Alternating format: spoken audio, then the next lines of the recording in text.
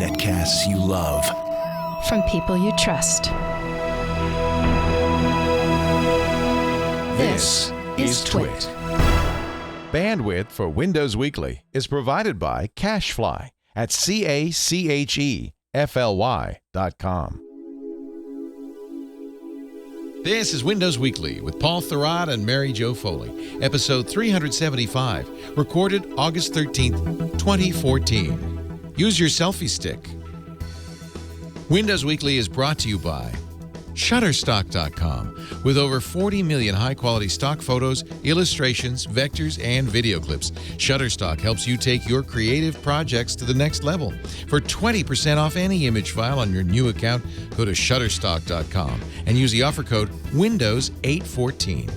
And by Citrix ShareFile. Enhance your workflow. Send files of almost any size easily and securely with Citrix ShareFile. Try ShareFile today for a 30-day free trial. Go to sharefile.com, click the microphone, and enter Windows. And by ZipRecruiter. ZipRecruiter makes hiring faster, easier, and cheaper. Post your job to 50-plus job boards with one click.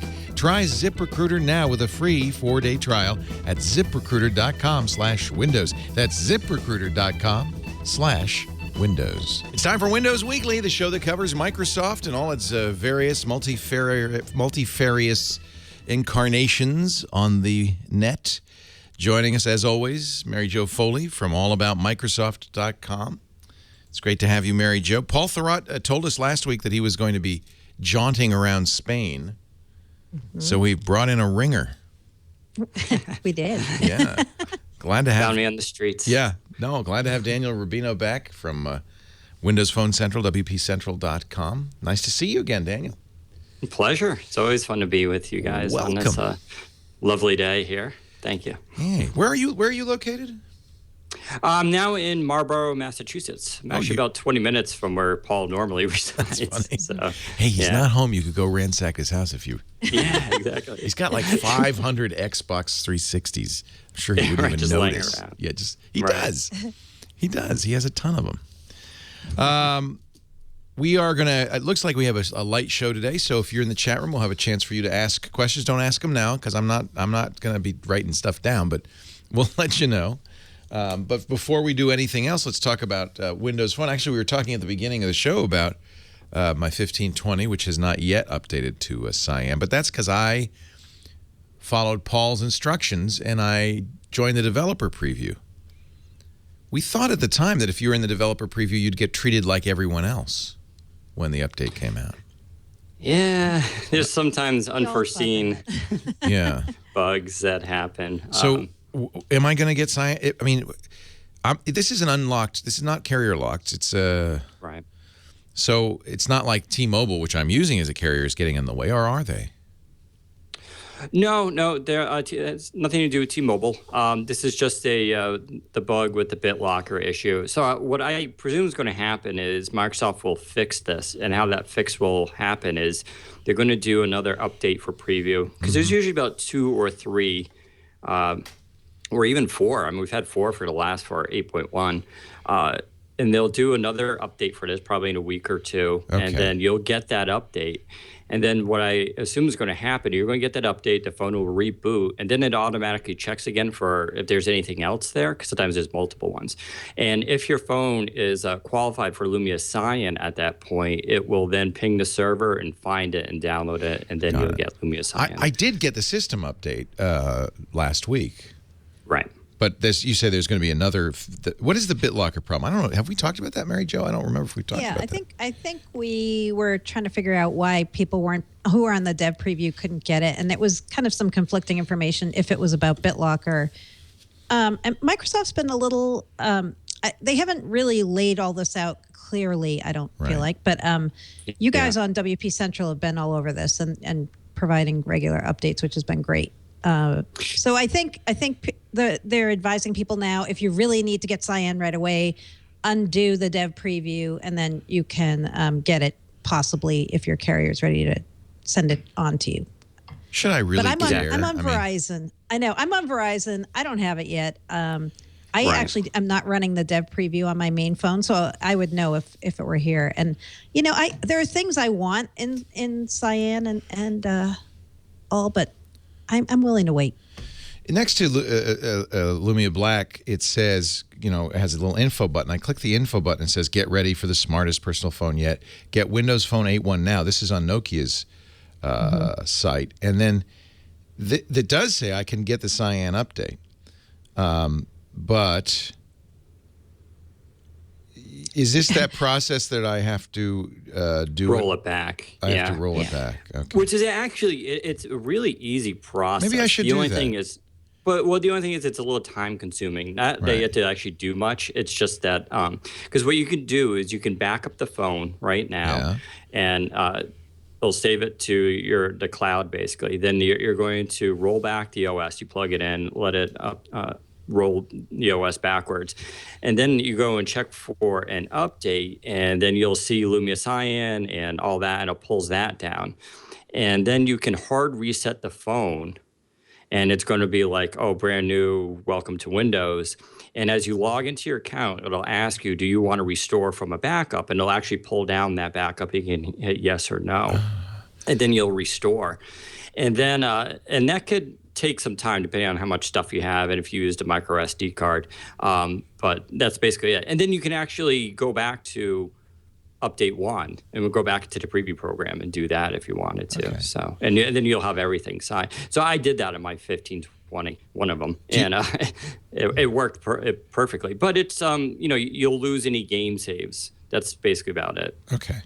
So unless you want to get those game saves, because we don't know how long it's going to take for Microsoft to fix this BitLocker issue. They haven't said anything. No, right? But I'm not expecting it to be too long. Okay. I think what they're waiting for, I don't think they want to, they didn't want to hold up update 1 preview for developers for BitLocker, which is what they could have done. So I think they want to push that out right away, and now they're going to work on that and get it out there.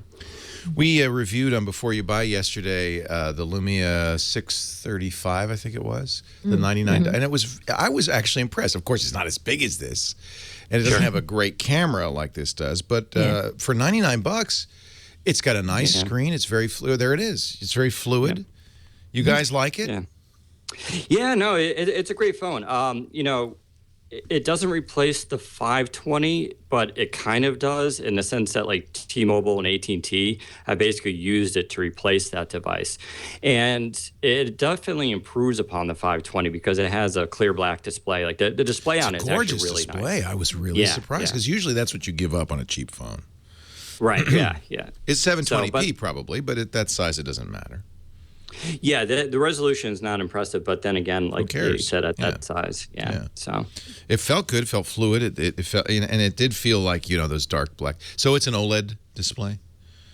Yeah, and they use their polarizer, their dual layer polarizer technology, which filters out the light, and so it gives you like stronger colors, and it also works better outside. Boy, Nokia makes great hardware. Microsoft Nokia makes great hardware. Yeah. I just have to. It's always every time I hold it, I feel like this is really nice, and for such a big screen, it's not. This is the 1520 now I'm talking about, but it's not a. Look at the green. Oh, you have the green one. Oh, it's not really green. Nice. Mary Jo, you're a woman. What color is that? See, guys go, that's green. That ain't green. That's seafoam. Seafoam. Oh, you're going to get into the bittersweet shimmer thing. Don't you think that's more like a seafoam? Yeah, it's hard to tell over Skype. I mean, is it bright green or is it more kind of a muted green? No, it's fluorescent green. Let's see. Hold it up again. Hold it up again. Yeah, it's hard. It could be teal. It could be mint. Somebody's saying.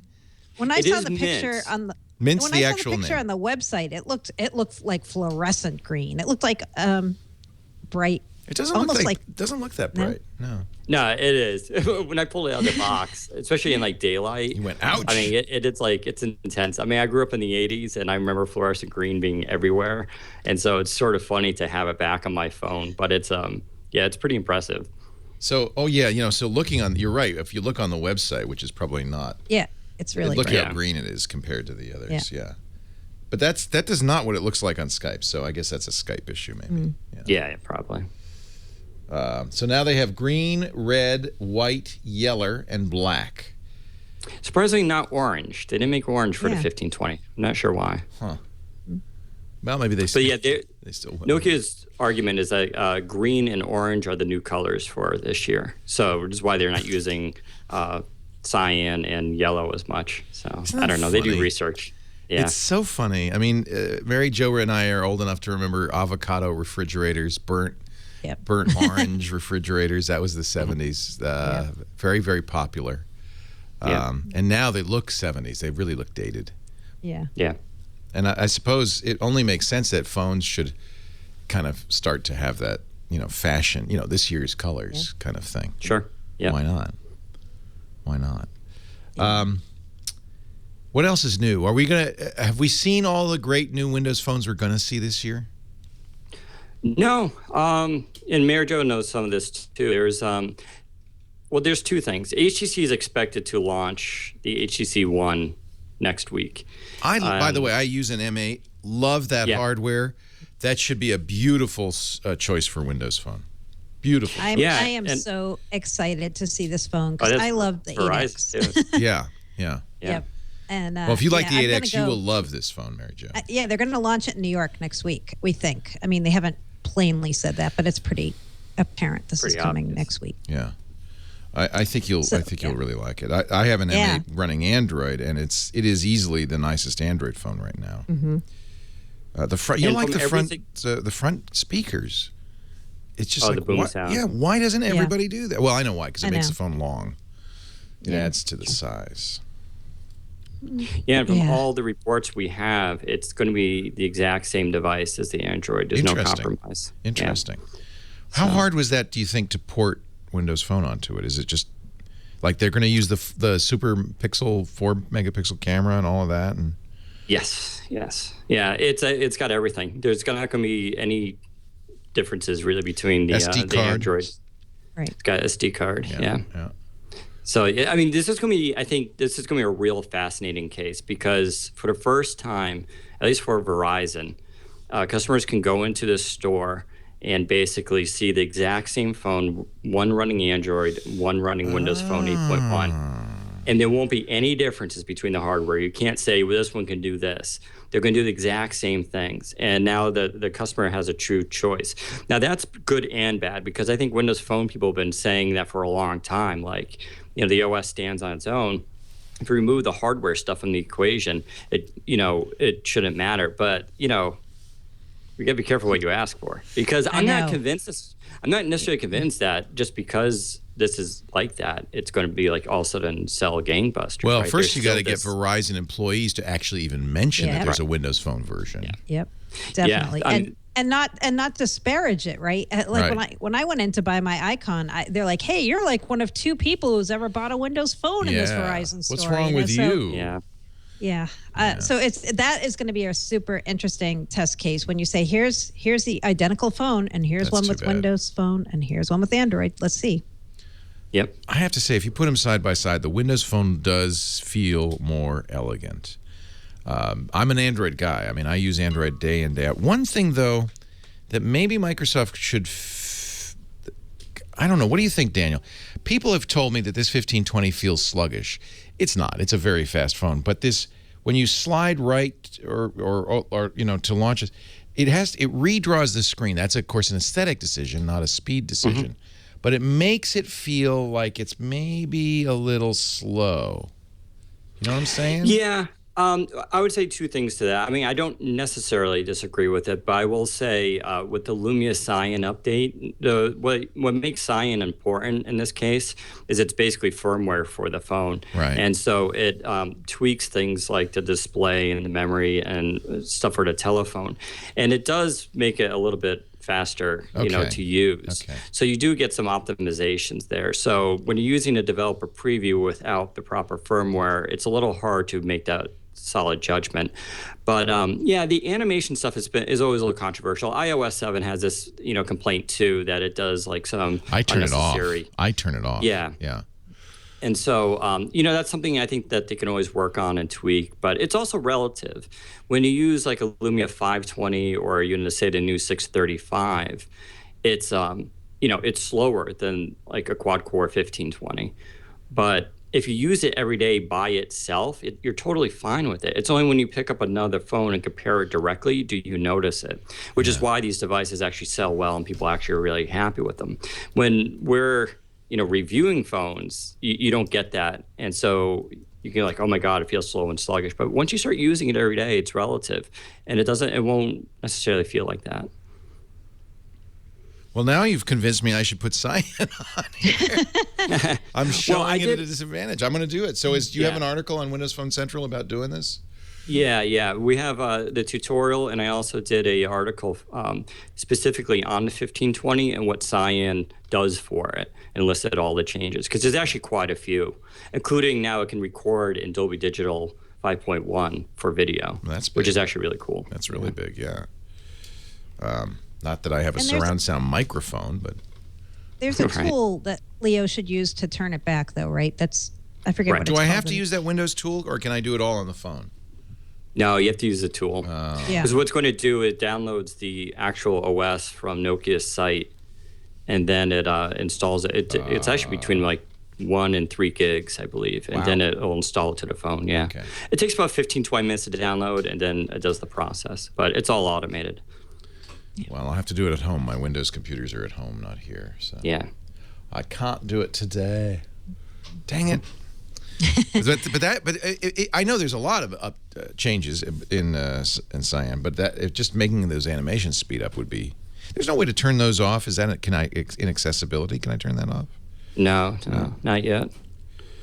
Somebody in the chat room said there is a reason why they slow it down a little bit. They are loading stuff, so there is stuff going. I mean, it can't be just arbitrarily fast.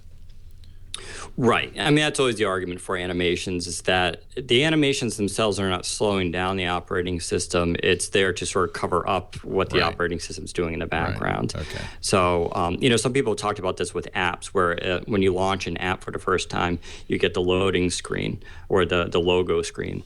And and people say, well, if you just took it off, it would load faster. But that's actually not necessarily the case. That's actually right. Yeah, exactly. Yeah.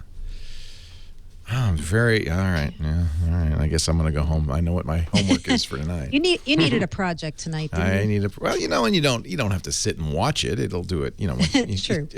It's like baking bread. You got to let it rise. You can go do something else, and right. Making beer. A month later, it's done. All of that. A watched pot does not boil. Does not boil. Beer. A watch system update does not complete. It's true. It's a new saying for the 21st century. So we're looking for next week in New York City the launch of what we are pretty sure will be the HTC One running Windows Phone. That's exciting. Mm-hmm. IFA's coming up early September, and we'll see what is this, the Selfie phone. What is that? Mary Jo, you want to talk about that one? Yeah. I mean, this is, again, something we think is going to happen based on an invitation that Microsoft sent out. It said, join us for more, quote, FaceTime in Berlin, Germany. I'm frozen again. I know, and you're frozen in a kind of a funny face, too, which is appropriate for FaceTime. All right. Okay, there we go. We restarted our video. Yeah, we're having a little Skype. This keeps happening. I know. Alex said he's going to work with me on it and fix it. Yeah. We think it's the Lumia 730 that's going to launch at IFA. And I don't know if that would be considered a, quote, high-end phone or a mid-range phone or what, but supposedly a 5-megapixel camera that's front-facing, based on what rumors have had. 5-megapixel front. Is that the highest resolution front-facing camera made? I believe so right now. Although, I mean, a device like the One M8 also has a 5-megapixel front-facing camera. The difference here, though, of course, is the One M8 is a flagship phone. And this is supposed to be a mid. Interesting. Yeah, it's hard to describe. Mary Jo's right on that. Where it's like, is it a high-end, low, like an upper-range, high-low phone, or low-end, mid-range? I don't know, but the difference here would be the pricing. You're going to get a 5-megapixel front-facing camera on a relatively cheap phone, probably around $230 off contract. And the idea, of course, is that this is more geared for younger people who, want a selfie phone that's also not, super expensive. And it's good for emerging markets. Yeah. Yeah. Poor people take more selfies. I think that's a fact. I'm just kidding. Just kidding. No comments. Why? Just because you don't have the money to buy a flagship phone, you shouldn't be disadvantaged in terms of selfies. Right. More selfies. More selfies for everyone. And the new thing apparently with selfies, it's not enough just to sit there and take it, with you in front of you like this. Now they got those, and this is big in Asia apparently, where you have the stick and it holds the phone. I saw that. So weird. Yeah. It's like a robot arm, and it like holds the phone out. We've used that, and you see this. It's just a little. It's a monopod, but it's not designed to put on the ground, but to be held, so you could take a selfie. Let's not do that, kids. Yeah, I'm expecting it here in the U.S. Apparently, it's starting to just come over now. So, I've done that for a long time, and I've seen people do that. But you're saying that everybody does it in Asia now? This is like, yeah, it's becoming like more common to see out in public. Basically, I have one. I have one. So you're a trendsetter. A trendsetter. A company that we got it. I got it 2 years ago or a year and a half ago at CES. It's the same company that makes these very lightweight monopods for the poor guys on film crews who have to hold the microphone up out of the camera range. The same company they said, well, we could take these carbon fiber poles and turn them into selfie poles. So I have one, and it's got the problem is you have to get a way to get it. You have to have a special case or something so that you can put it on the end of that's neat. I mean, it's not neat. It's not something anybody should do. It does give you a good result, though, except like any selfie, you always have one hand out of the picture. Yeah. Right. You look like kind of a weird person. Yeah, and that's the other. I mean, I don't even do selfies now, like just holding my phone. I always think it's a little strange, but to carry a stick around and do it. But I find it fascinating just from a sociological trend thing. This is becoming the norm. So I've always felt like it's very self-involved, and it's like look at me, look at me, look at me. But really, if you look at Instagram, the most liked pictures on Instagrams are almost always selfies. People want to see. Well, if you're a beautiful, person, they want to see you. Right. Yeah. It helps if you're good looking. I try not to do too many selfies. I keep the selfies down to a minimum. The M5, is that what it is? No, Microsoft keeps it's MS, keeps its feature phones alive. This is the new low end, and it's not Asha, which is gone, right? It's not Lumia X, which is gone. It's a Windows phone for how much? $25. Whoa! Is it it's mostly a feature phone? There's no data, right? Right. Just a feature phone. So what could you do? But it does raise. I was going to say it raises interesting questions. Yeah, it does. Because who wants this?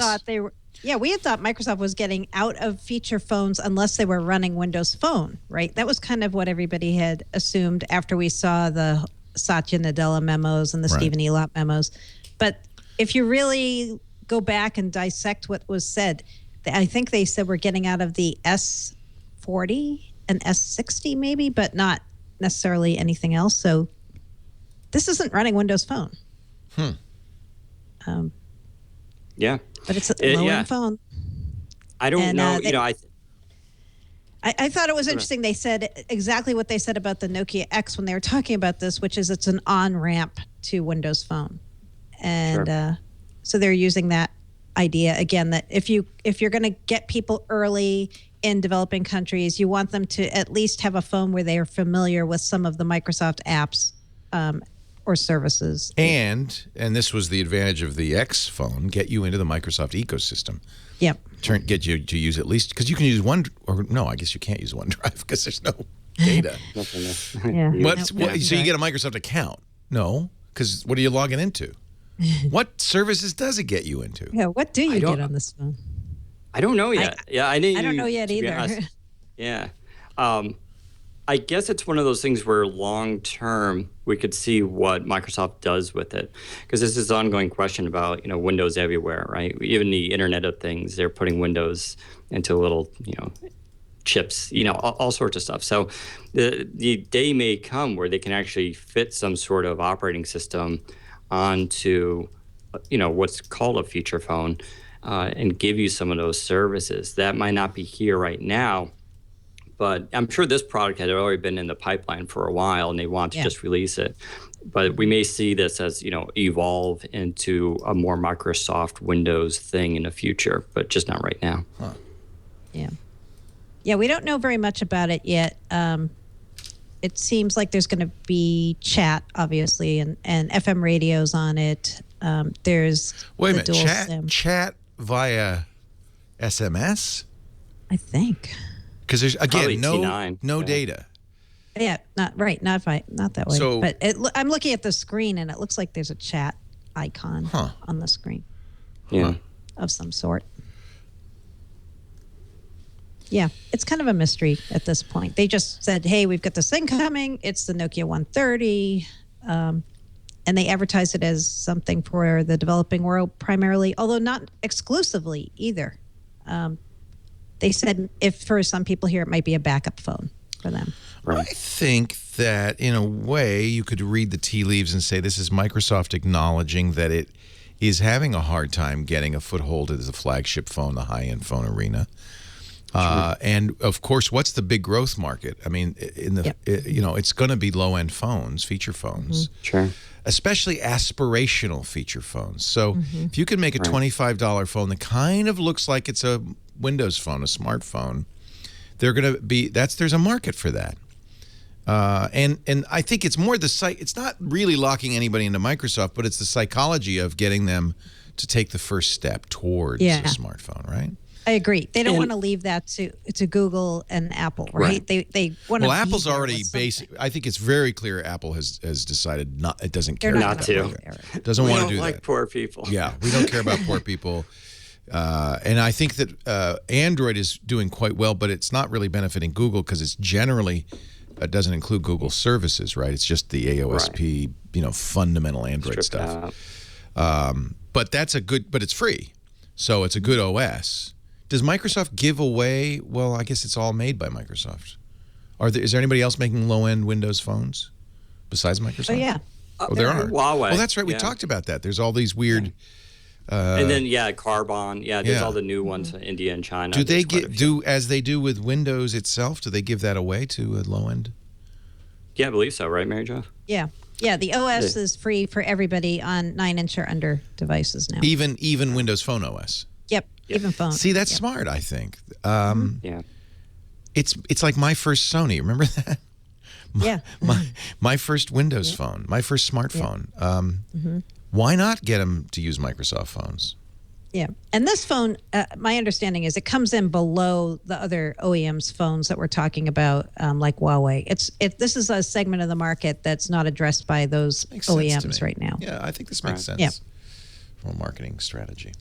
All this But still, stuff it caught everybody by surprise, right? Like everybody was really surprised when they announced that this week. They were probably just like, well, it's almost done. Let's just get it out. What's the timeline? They had killed Asha immediately, right?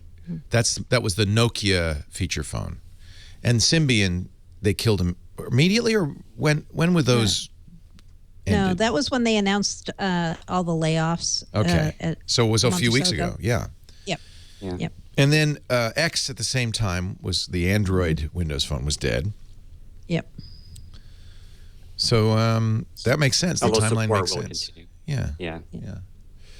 This is their strategy. I mean, they are trying to push down technology. So, getting back to IFA real quickly, although I expected 730, that if you look at the actual invitation that they sent out or the announcement, the O in there actually looks like a camera for what's assumed to be the Lumia 830, which is another phone.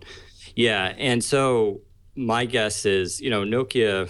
There you go. Nokia and now Microsoft traditionally, when they do these announcements, always do two phones. So they did the 1520 and the 1320, the 920 and the 820, the 720 and the 520. All those were co-announced. So my guess is they'll do the 730 and 830 as well. And so the 830 was supposedly described as a affordable high-end phone. And the rumors of it having a 20 megapixel pure view camera. I'm not really sure on the megapixel aspect, but it will be a pure view, and I wouldn't be surprised if it's 20. But that makes it interesting because the Lumia 820, the device it's replacing, doesn't have pure view. It has a Carl Zeiss lens on there. But pure view was always Nokia's high-end premium feature for 920s and the 9X series and higher. And so now they're pushing supposedly PureView down into the 800 series. And as that technology becomes more affordable, they're going to keep doing that with, what they can. And so this idea, of course, is to trickle down all that technology to, the most affordable phones, so you can, compete with companies like with, Android specifically. It's so nice to have Daniel Rubino on because you got all this stuff. I guess Paul does too. He certainly focuses a lot on Windows Phone. But yeah, I mean, we all have our, fortunately or unfortunately, I just do phones. Although we're doing more and more stuff as Microsoft blends everything together. Daniel Rubino. We're waiting for Hadoop Central. I'm waiting for that one. Not going to happen. Never say never, guys. There's a lot of big data stuff out there. A lot of it. Is. I don't think you could feel too left behind. Horton, here's a Hadoop. We're going to take a break. Daniel Rubino is here from WPCentral.com. Of course, Mary Jo Foley, as always. Paul Thurrott is touring around Spain on vacation. He'll be back next week. Our show today brought to you by our good friends at Shutterstock.com. Best place to go for royalty-free, high-quality stock photos, illustrations, vectors, even video clips. And they add about 250,000 new images every week. I always like to look and see at the bottom. They show you 40,569,556 images on there right now. And they added 274,000 this week. Most of those images are from professional photographers and artists. They review each image individually for content and quality. And so you're always going to find great images here at Shutterstock. But what good would it be to have all those images, 40 million images, if you didn't have a great search? The Shutterstock search blows me away. So you can narrow it down as you choose between photos, vectors, illustrations, footage, and even music. Let's see. What should I enter today? You can put in, nouns like tree, and you'll get a lot of pictures of trees, as you might imagine. But then you can narrow it down. You could say, you can add emotions. I want a happy tree. I don't know of any other site will let you find happy trees. Look, these are trees. A tree that's actually smiling. People happy people under a tree. Well, then you can get even more granular if you want. Refine your search even more. You can say what orientation, horizontal or vertical, what category. You can exclude keywords. You can choose a contributor that you like. You could say only images with people. So let's say tree images that have people. In fact, let's say tree images with both men and women, children, boys and girls, any ethnicity. You could narrow it down by ethnicity, by how many people. I want to have 2 people, 2 children, and a tree that's happy. Oh, and I can even use their color wheel to say what color the predominant color of the image should be. Do you think I've narrowed it down too much? Nope. Here's trees with kids. Wow, there's that image I was looking for. Now, when you buy an image, I want to remind you to use our offer code Windows814. You'll get 20% off. 20% off when you use offer code Windows814. I love this. Two kids sitting in a tree. Now, what's great, this is for bloggers, for anybody who's creating content for the web. You're always looking for inspiration. In fact, I was just thinking there was a blog post I just read, Apple and ARM sitting in a tree. I think, here we go. I've got the image for that blog post. That's what's so great about Shutterstock. Sophisticated search tools. If you haven't got a Shutterstock account, create one. It doesn't cost you anything. You don't need to give them a credit card. And when you create an account, you'll have an advantage because you can save images to the Lightbox. This is a nice feature that Shutterstock has. Save it to a Lightbox, and you can then share it with clients, colleagues, friends. Save it for later use. Multilingual customer service. They're in a dozen countries worldwide, and full-time customer support throughout the week means Shutterstock's great for everyone. And the iPad app, if you haven't seen it, is spectacular. Webby award-winning. Actually, they have it on Android now, too. Shutterstock.com. Try it today. Sign up for your free account. No credit card needed. Just start an account. Begin using Shutterstock for inspiration, for fun. Once you decide to purchase an image, use the offer code Windows814, and new accounts will get 20% off any image file. They also have subscriptions and image packages. Shutterstock.com.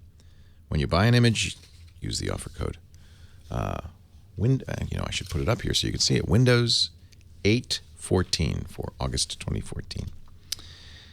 Daniel Rubino is here. Mary Jo Foley. We're talking Microsoft Windows. We've been talking a lot about Windows Phone. Update 1's been out now for a couple of weeks. More and more people are getting it. We're learning more and more about it. What else is in Windows Phone that we haven't talked about? 8.1. Yeah, this was kind of a crazy one that I had heard rumor about, and then I found out it was true. So one of the things that Microsoft is introducing with Windows Phone 8.1 update is the ability for OEMs to take that and put it on devices up to 7 inches and also on devices that don't have a phone in them. Oh, interesting. Right. And so up until now, it was not legal and really not technically feasible to put Windows Phone OS on a tablet. But as of this release, it is.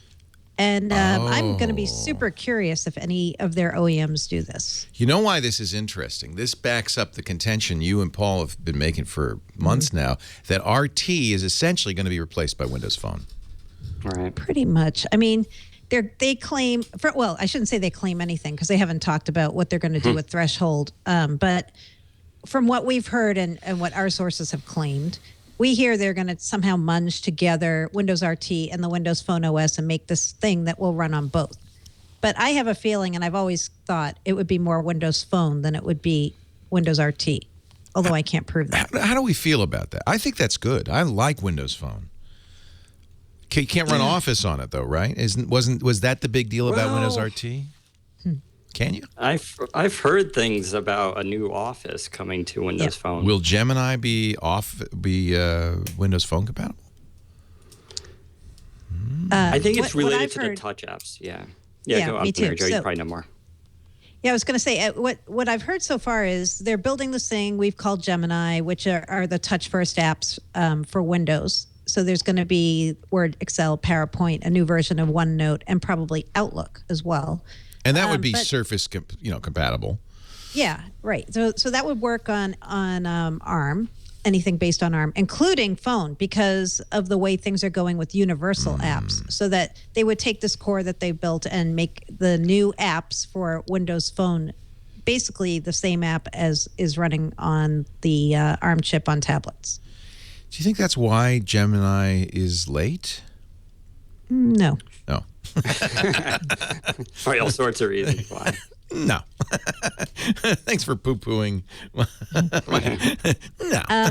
No, I think it's more a case of, the Office team, even though it's a pretty big team, they had to pick priorities. Yeah. And I think because of the new cross-platform missive at Microsoft, they are putting more of those people on Android right now, which sounds crazy when you think it's Microsoft, but they're going to try to get Office on Android on Android tablets done before they get Gemini on Windows tablets done. Okay. I was going to say, that's always a tough thing for people to understand because you look at Microsoft, you just look at like money bags, right? They have 100,000 employees. Why couldn't they just?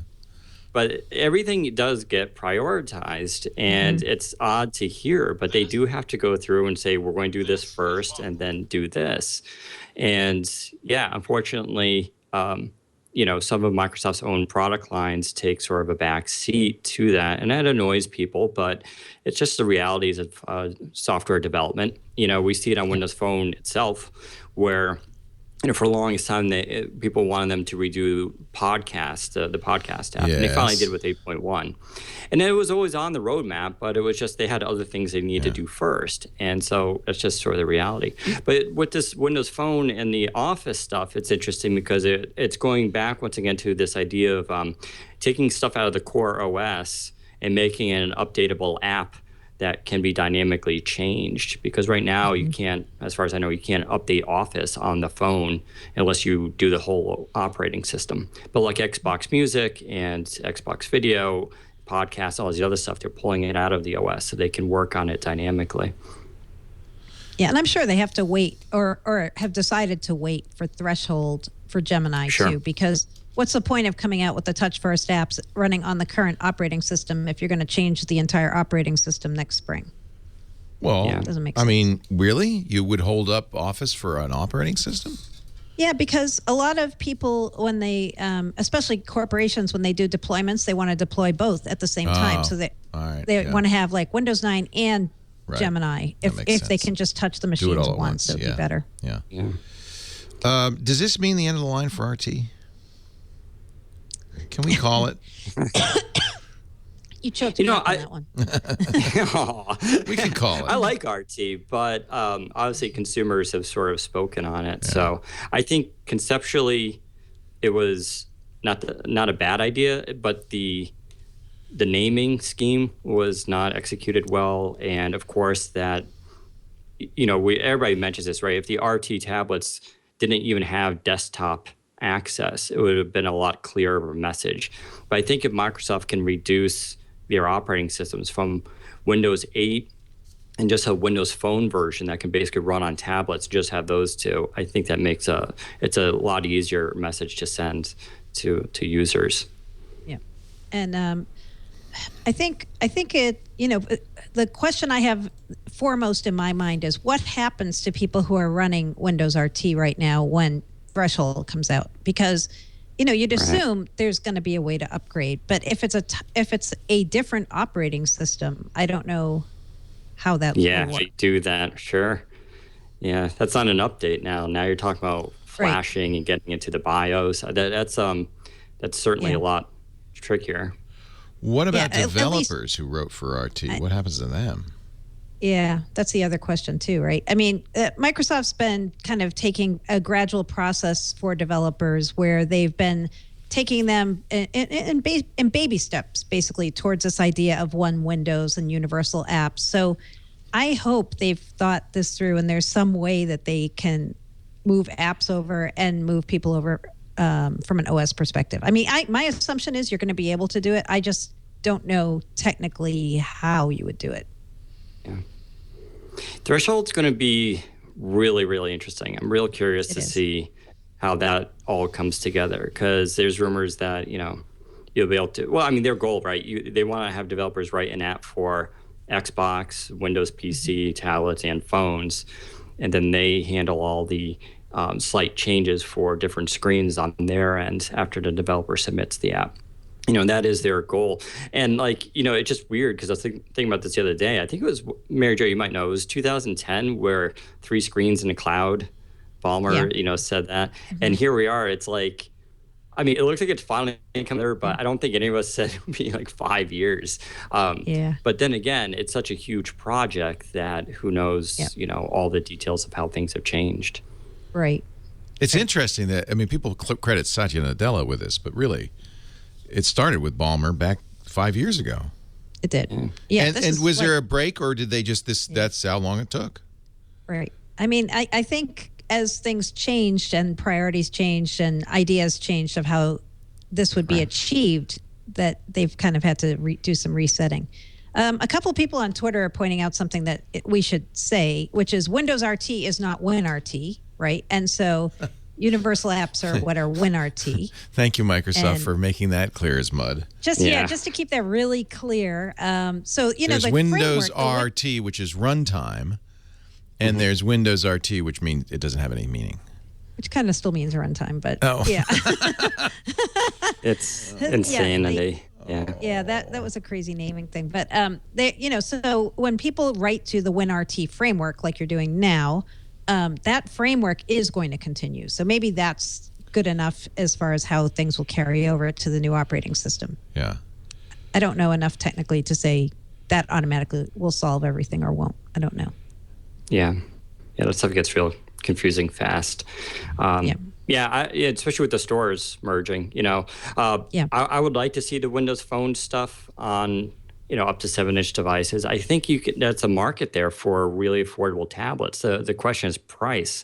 The idea of like a Surface RT is actually not bad. Consumers have spoken. They're okay technically with tablets that are limited to tablet things. But you have to have the price right and you have to have the message clear. And with RT, like I said, that problem is that you go into that desktop, you're like, oh, I've got actual Windows on this, and then you can't install stuff. And explaining to people x86 and ARM, it's just, even I get confused on that stuff. So I'm not sure how a consumer is supposed to do it. But yeah, and the price of the RT was just, for Surface, was just a little bit high, for what it could do. And so, and I say that as someone who, I have a Surface 2 with LTE. I absolutely adore it. I think it's an amazing device, but it's not something that they had a clear message on, and they really need to figure out. Yeah. Yeah, I think, we just from the few leaks we've had so far about Threshold, a lot of things are going to change. And hopefully the things we haven't gotten leaks about, which are things like naming and pricing and positioning, hopefully those are going to change too, to make things a lot clearer for people buying new machines. Yep. Yeah. So let's talk about Threshold. Have we learned more and new and wonderful things? There was a new rumor this week that was kind of interesting about Threshold. NeoWin had a story saying that Microsoft is looking increasingly likely to include Cortana as an integrated piece of Windows Threshold, which would be pretty interesting if they end up doing this, because there have been rumors for a while that Microsoft's ultimate plan was to integrate Cortana not just on Windows Phone, but also on Windows and Xbox. Right into the operating system, right? So NeoWin says there are internal test builds right now at Microsoft that have Cortana integrated into Windows Threshold. So, this is another thing that Steve Ballmer talked about. I remember back in 2011, he was saying, how cool would it be if you could say to your Windows PC, print my boarding pass for Southwest, and it would know what that meant. So that we're starting to get there if this does come to pass. I mean, it'll probably be very rudimentary at the beginning, what you can say to Cortana on Windows and what it can know how to do, but it'll be definitely a start towards them taking advantage of the machine learning and the Bing capabilities that are built into the OS and harnessing them so that you could ask Cortana to do things on your PC just like you can now on Windows Phone. It'd be pretty cool. Absolutely. And, Marcus Ashe, who leads the Cortana team there for Windows Phone, has spoken about this, because Cortana is only as good as the data it collects, and so the more it sees, everything's linked to your Microsoft account, and so the more data it can collect on what you're doing, and I don't mean spying per se, but apps you're running, your interests, and all those kind of things, the smarter it can get. And so they stand to gain a lot by putting Cortana everywhere, because it's going to be much more powerful. This is the reason why they're doing India and China right now as the alpha programs there for rolling it out, the early access stuff. The more data they collect on how people are talking to it and using it, the more they can refine it. So, and I think it's just obvious that that Cortana is too powerful to limit to the phone. You look at Kinect and Xbox, it's like designed basically for some sort of voice assistant. It already does the passive listening. So why not, do that extra step? But do you think users are scared of passive listening? I don't know.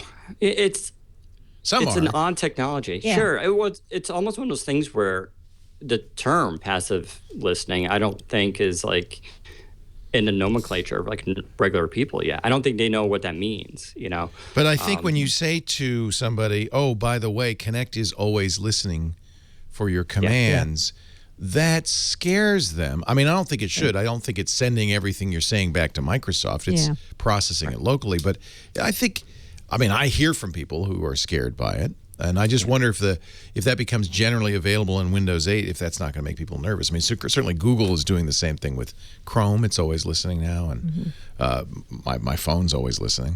But when they had, I don't think it didn't happen to me, but when they had Aaron Paul, Jesse Pinkman from Breaking Bad in their Xbox One ad saying Xbox turn on, and people said, I think actually he said turn off. Was it turn off or turn on? Anyway, people said it's responding to Jesse Pinkman, and that bothered them. It's they have to walk a fine line. It's the same thing with Xbox One development, right? Everybody wants them to open it up to developers to make apps for, and I agree. But with the Kinect system, they have to be very careful that the APIs and everything written in such a way that people can't hack it. I mean, all it needs is one story of someone releasing malware that will go out and take advantage of your Kinect, and they're done, right? That's going to be like all over the place, and so they have to be careful about how that technology is used. Yeah. And the funny thing, of course, is if you worry about government spying, they could do it now without passive listening, right? So it doesn't necessarily just turn on make the that, mic is what you're saying. Yeah, exactly. So they already can do that stuff. So, but yeah, there's some would say Microsoft did the first hack with Jesse Pinkman saying launch Titanfall. Right. The TV turns off, Titanfall launches. Hey, I was watching that. Yeah, this is always a trade-off, though, between technology. Same thing with biometrics, right? We want the idea of a computer just, scanning your face and recognizing you. We hate typing in passwords, fingerprints on iOS, all that stuff is convenient, but there's that trade-off with security. And so how do you get around that stuff? I guess my thinking on it is, I think about Google Now as for me, the poster boy for this, the poster child. Google Now works because Google has been collecting information about you for so long, goes through your email, looks for boarding passes and all sorts of stuff. And yet it's so valuable. I think people who experience the value of Google Now don't really worry about it as much as people who just hear about it abstractly. And so there's in my opinion, if the technology is useful and works, people are going to accept it much more than if it's just a proof of concept. Right now, voice commands aren't that useful in any context. On the phone, on my Xbox, I use Xbox pause all the time. Oh yeah. To get up to pee, and then I get back down and get Xbox play. But it's not so useful that you go, well, I can live with whatever potential risk there is. It has to be really useful before people are going to have that feeling. Otherwise, they're going to say, no, I don't want it because what do I get? I get nothing. So why take that risk? Yeah, I totally agree. You have to have it. You have to see it in action and see how it benefits you. Like recently on my phone, I had. I signed up to take a trip somewhere, and I got my airline ticket sent to me. And then suddenly Cortana said, do you want me to track the flight you're taking to Toronto? And at first you're kind of like, wait, how did she know that? Like I didn't tell her that. And then you're like, well, this is actually helpful. I want her to track that. Right. Now I'm saying her. Okay, yeah, no, that's good. Yeah. From Microsoft's point of view. Yeah. Yeah, they refer to it as her. Yeah. I know, I've been saying it, but now I guess She's got a female voice. She does. But wait a minute now, and now they have Cortana in China and Britain. It's not. I think it's not a female voice in some countries, right? I think it's. I don't know what the gender of the voice is in China. Yeah, that's a good question. Is it in England in the UK? Too? It is. Yeah, it's a female in the UK. Is female. Yeah. Okay, Siri's a man. I think eyes. Siri's a man in the UK for some reason. I think. Interesting. Yeah. I think it should be a woman. Do you agree, Mary Jo? I mean, maybe that's just because I'm a guy. Yeah, I never really thought about it. I guess I trust women to keep track of details more than I trust guys. See? The heads up systems on jet fighters. I've always been told this may be a urban legend. The one that says, for instance, if you're in a stall, pull up, pull up, pull up. It's always been a female voice. And the Air Force says that's because men tend to listen to female voices better than male voices. But then that's all the pilots are men. The question is, does it work for women as well? Yeah. So apparently it does. Well, all these questions with how you do that stuff is, the Cortana team is dealing with right now. And it's one of those things we take for granted. But, back in the day before I did all this stuff, I was doing a PhD in linguistics. And so all I did was language. And you know about this stuff. Yeah, and so we used to do research on gisting and how people summarize What's information. It called? Gisting? Like the gist of the matter? Right. And it was actually done for NSA and FBI. This was post 9/11. It's part of their language lab that they have now. And so, looking at this stuff in cultural references and how things are perceived is it's a very nuanced topic. I've always found it fascinating. Like in Korea, they have honorifics and how they respond to, and things that we don't even have in English. So the Cortana team right now is having to face this. Like one example they did was calling it, a British accent. As Americans, that's how we say it. Like, oh, it's got a British accent. But if you're Britain, in the UK, it doesn't have an accent at all. There's no such thing. Right. There's no such thing as a British accent. And so even the way, and to us, it's funny, but when someone in the UK hears that, they almost get offended. They're like, what are you talking about? There's no accent. We don't have an accent. What are you talking about? You have an accent. We don't have an accent. Well, they say because, Ireland, Scotland, and even in the, England proper has so many dialects. Those and Scots have an accent for sure. They have an accent. And so even how you talk about this stuff is, you have to be very... I don't want to say PC, but it's borderline. No. You have to not be, central, Eurocentric or American centric. You have to be. Yeah. You have to realize that people don't all think the same way. That's not PC. That's getting out of your box. It's just not getting into a box. Yeah. It's getting out of your box. Mm-hmm. Like wasn't it, Mary Jo, with in China, right? The Cortana itself is not. You have the option of it being the circular orb that we're familiar with, but they also have another version. They give it eyes. It has they give it eyes. Yeah, with the eyes, because culturally they like to talk to things with eyes. Actually, all humans do, but apparently in the U.S. we're a little bit more I can only imagine the difficulty of making a Chinese version of Cortana. I mean, obviously it has to be done by Chinese people, by native speakers who are very familiar with the culture. Because otherwise you have all sorts of cultural biases that are completely unknown, like things like saying, oh, that's a British accent. That's a cultural bias. Yeah. Absolutely. That's not, they don't speak accent in speech any more than we do. Right. I love it. I didn't realize that. Did you study semiotics or linguistics or? It was linguistics, theoretical syntax, and brain stuff. I love semiotics, and I'm fascinated by linguistics since I was a kid. Yeah. Just really interesting stuff. Just no money in it. Although I guess in hindsight now, I probably could have worked for. If I went to machine learning, I could have been working with the Cortana people. That's the key. Yeah, that's right. Machine learning. Yep. And I agree. It's a fascinating subject because we're in a brave new world, and you have to understand and solve problems that never existed before. Things like people's concerns about having always-on microphones, for one. Mm-hmm. So I like that as being part of the operating system. We know that Apple's going to do the same thing with Yosemite, the next version of OS X. So this seems to be the predominant direction. And most phones now are listening at least a little bit. Yeah. And, if you believe in the whole one Windows vision, they've got to make these operating systems even more common, right? So things that you see in phone should be in Windows, and they should be in Xbox, and vice versa. So it makes a lot of sense that they're going that way. Yeah, if you get used to talking to your phone, you're going to expect to talk to your desktop. Yep. Yeah. Are you? Yeah. Oh. Maybe. Don't we know the difference? I think we know the difference. I don't know. Look at touch, right? Like Microsoft betting on touch being everywhere. Right. And it all started from the phone, right? They said, hey, everybody's touching phones. Now everybody wants to touch everything. So why not make it part of your laptops and your desktops? But in fact, that was a flop. I wouldn't say it was a flop. I would say they might have been too early. Right. Yeah, I think that's my take on Windows 8 in general, that nothing was necessarily wrong with 8. It was just too forward thinking, and it was too radical of a change for people. Yeah. And that's an interesting problem to have, because now it looks like when they're going back and trying to, ease people back in, it looks like they're undoing what they did. But they're not really. They're just saying, all right, we went too forward. I like touch on a laptop. I think if you use tablets, it makes sense. I think they still need to solve the fingerprint issue, because that does get very annoying after a while when you look at your screen.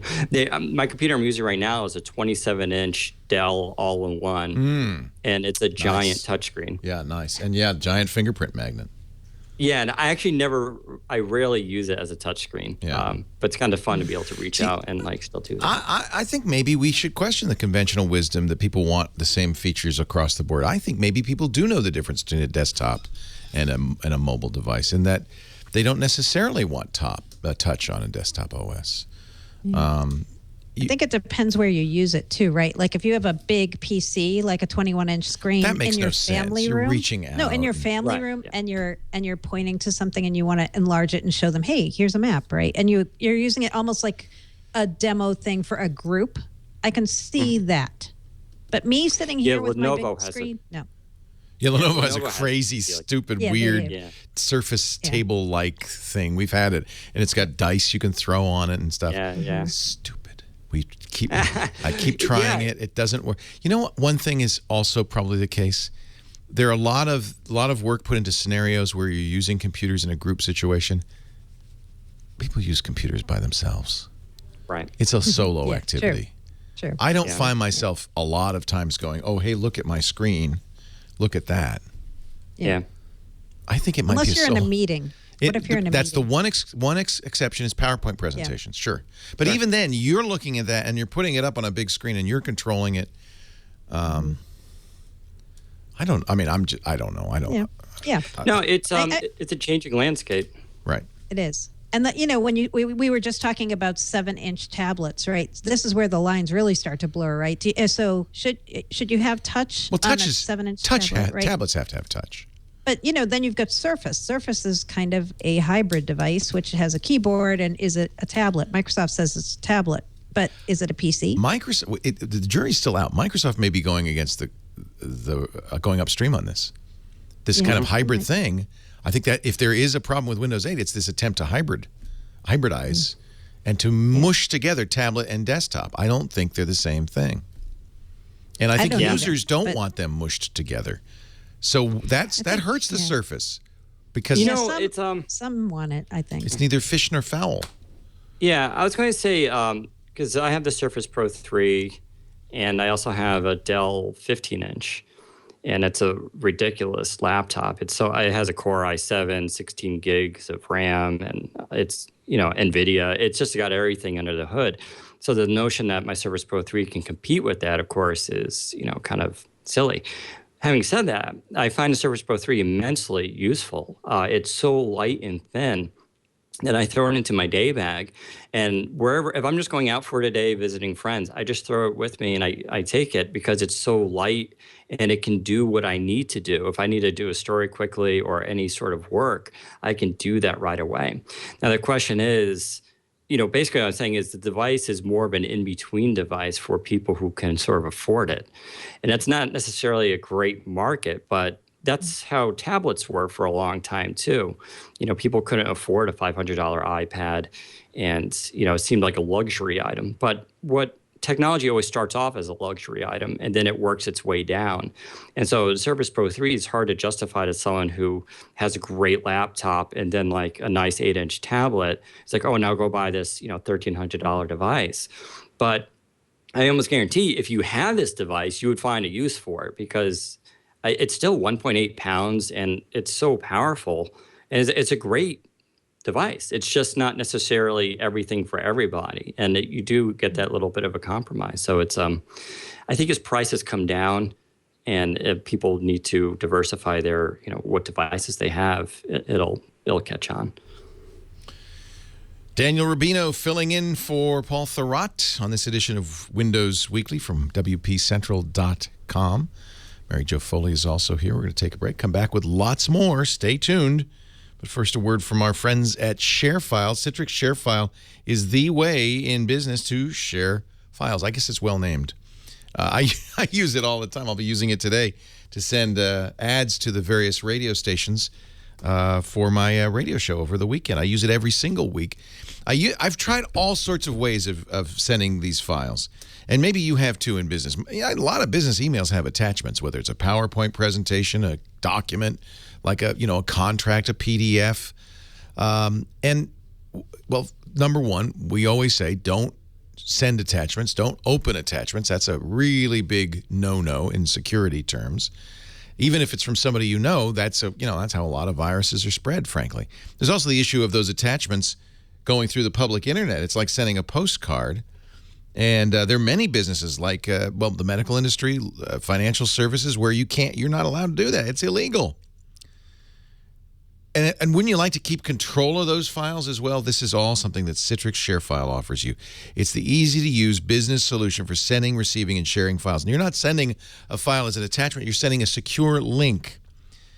It's easy to use for the other end. They don't have to sign up or log in or anything. They just click a button, download it, and it's done.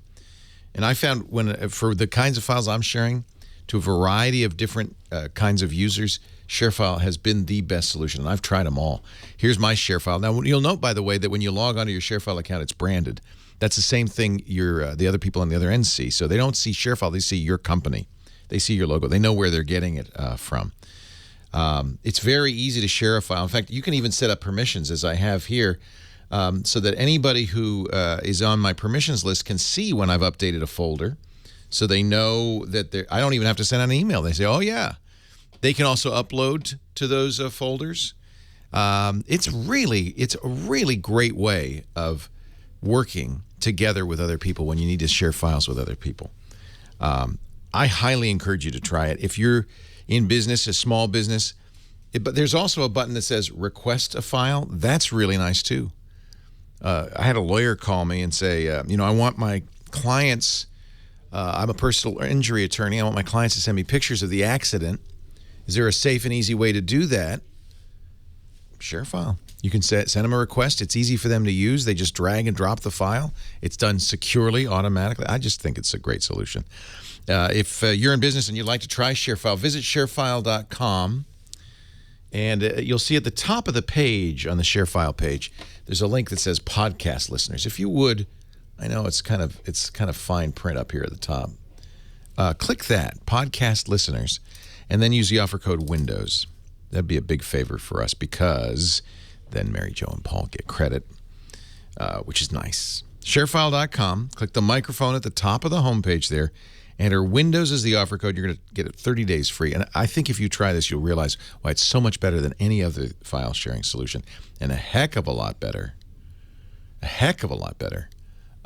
than doing it by an email attachment. Somebody said I shouldn't show it. It looks like I haven't used it since February. That's not true. Not true at all. I use ShareFile all the time. I will be using it. Oh, this is when it was updated or uploaded, when it was created. The folder was created. February 2012, but I upload files all the time to sharefile.com. I love it. This is really great. They have a little widget that automatically will synchronize it.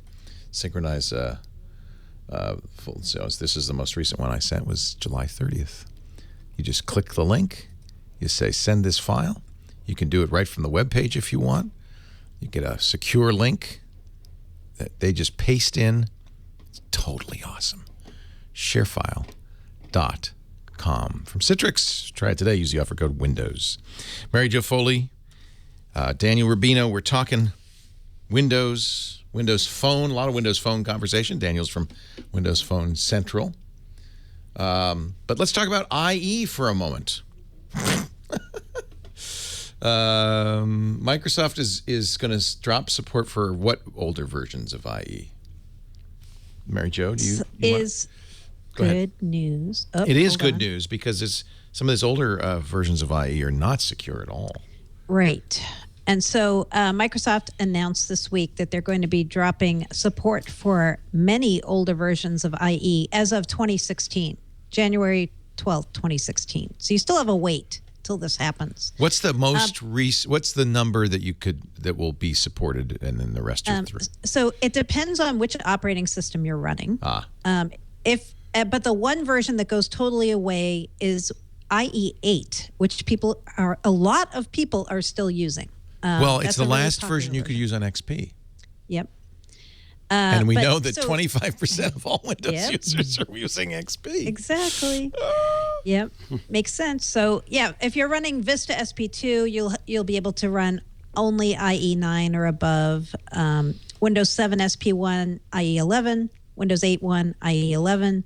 Windows Server 2012, IE10. So they're still going to be supporting a bunch of different versions, but the idea is let's up-level everybody at least to some agreed-upon point so that people then will be more current, more secure, and we can do more automatic updating of the browser, knowing that people will be on a certain baseline. Now, is this like XP where I could keep using it, but they just won't update it, or are they going to somehow break it? That's a good question. I'm not 100% sure because I didn't write this up, but I'm thinking it just means they aren't going to support it anymore. Yeah. So people will still use it, right? Yeah.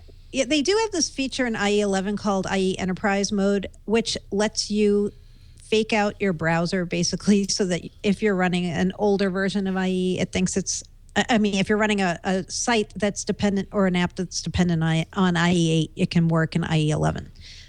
So that's good for enterprises who've built apps and standardized around IE 8. That kind of gives you an out to move to the latest version. But yeah, this is going to be a big deal. But you have a couple of years to prepare. It's not like they are saying, "Hey, next patch Tuesday, no more IE 8." It's not like that. You've got till 2016 to get ready for this. IE6 is the one you really want to get rid of. Even Microsoft has created pages saying, kill IE6. Yeah. Don't you feel bad for them? They've actually created something so successful that they can't get out of it. They can't stop people from using it. But it really is. IE6 is 14 years old now. I mean... Yeah, I'm looking up now. So it is. You'll receive no more technical support or security updates for the older versions as of January 12th, 2016. I guess they can't just make it stop working. And even if they could, it probably would be ill-advised. It would be, yes. Nukes the computer. Yeah. And the other thing they're doing around IE that's kind of interesting is they're finally going to block out-of-date ActiveX controls for IE. So this affects Java. ActiveX is still around? Oh, yeah, ActiveX is still around. Do people... Yeah. Yep, people use it. But nobody's writing new ActiveX controls, are they? I can't say that. There's one guy. Holy cow.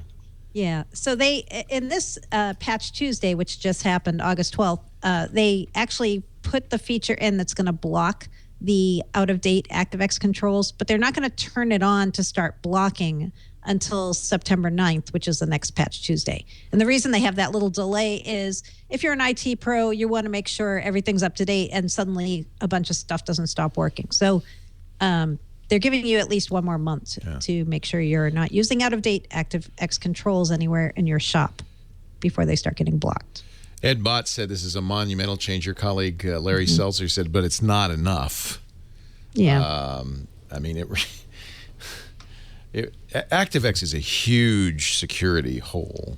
It is. Because you're essentially giving a website program level access to your operating system. And so it's something that really needs to be controlled. And this is a start.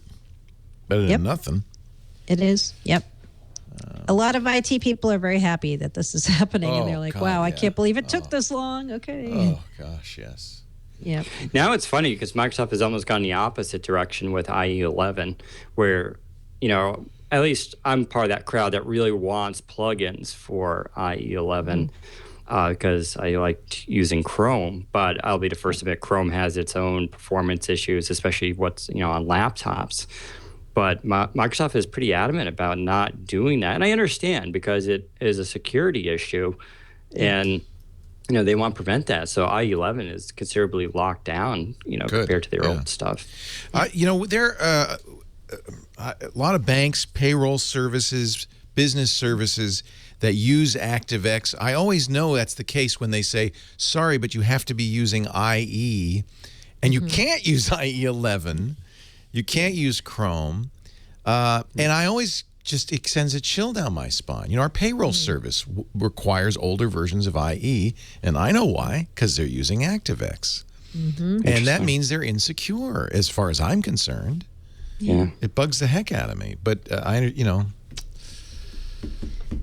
It's changing. Things are changing. It's just, you know, when you've got a billion legacy plus users, it's which the number Windows one has.